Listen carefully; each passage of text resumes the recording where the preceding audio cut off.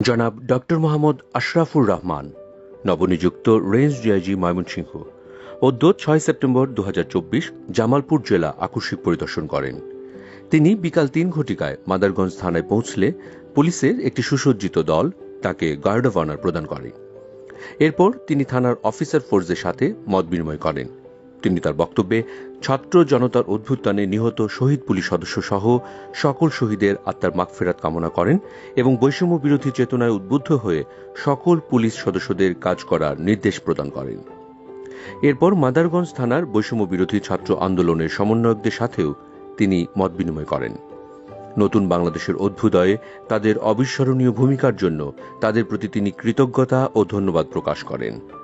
তার অনুপ্রেরণামূলক বক্তব্য ও সময়োপযোগী দিক নির্দেশনার জন্য পুলিশ ও জনতার মধ্যে দূরত্ব ঘুচবে এবং সর্বস্তরের জনগণ পুলিশের প্রতি আস্থা ফিরে পাবে।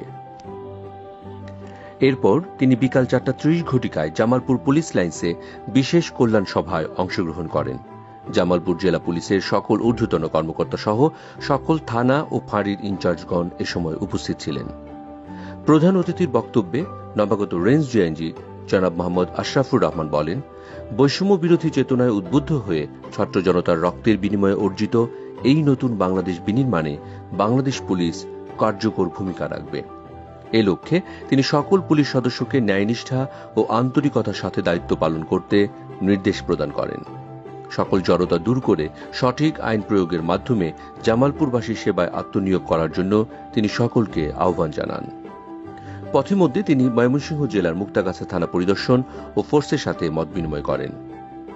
নবাগত রেঞ্জ ডিআইজির অনুপ্রেরণামূলক বক্তব্যে জামালপুর জেলার সর্বস্তরের অফিসার ফোর্স উদ্বুদ্ধ হন এবং নবচেতনায় বলীয়ান হয়ে কাজে মনোনিবেশ করার অঙ্গীকার ব্যক্ত করেন। নবাগত রেঞ্জ ডিআইজির এই সফরে জেলা পুলিশের সর্বস্তরের সদস্য ও জেলার বিভিন্ন স্তরের মানুষের সাথে মত বিনিময়ের ফলে জামালপুর জেলার সাধারণ জনগণের মাঝে স্বস্তির ভাব বিরাজ করছে।